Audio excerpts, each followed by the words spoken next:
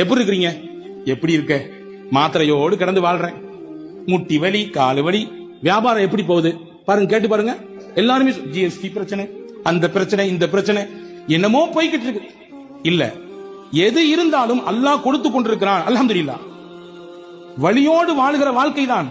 வழியோடு வாழ்க்கை இல்லை என்றால் வாழ்க்கையை ரசிக்காது. சில வழிகளை அல்லாஹ் தருவான். அதுவும் நம்முடைய பாவங்களை கரைக்கத்தான். வழியோடு உண்டான வாழ்க்கை தான். இருந்தாலும் அல்லாஹ் நல்லா வச்சிருக்கான் அல்ஹம்துலில்லாஹ் என்று சொன்னால் அந்த வார்த்தையினுடைய பரக்கத்தை கொண்டே அல்லாஹ் நம்மை நல்லா வைத்து விடுவான். அல்ஹம்துலில்லாஹ் வியாபாரம் நல்லா இருக்கு என்று நீங்கள் சொல்லி பாருங்கள், அந்த வார்த்தையின் பரக்கத்தை கொண்டே அல்லாஹ் வியாபாரத்தை செழிப்பாக்கி விடுவான்.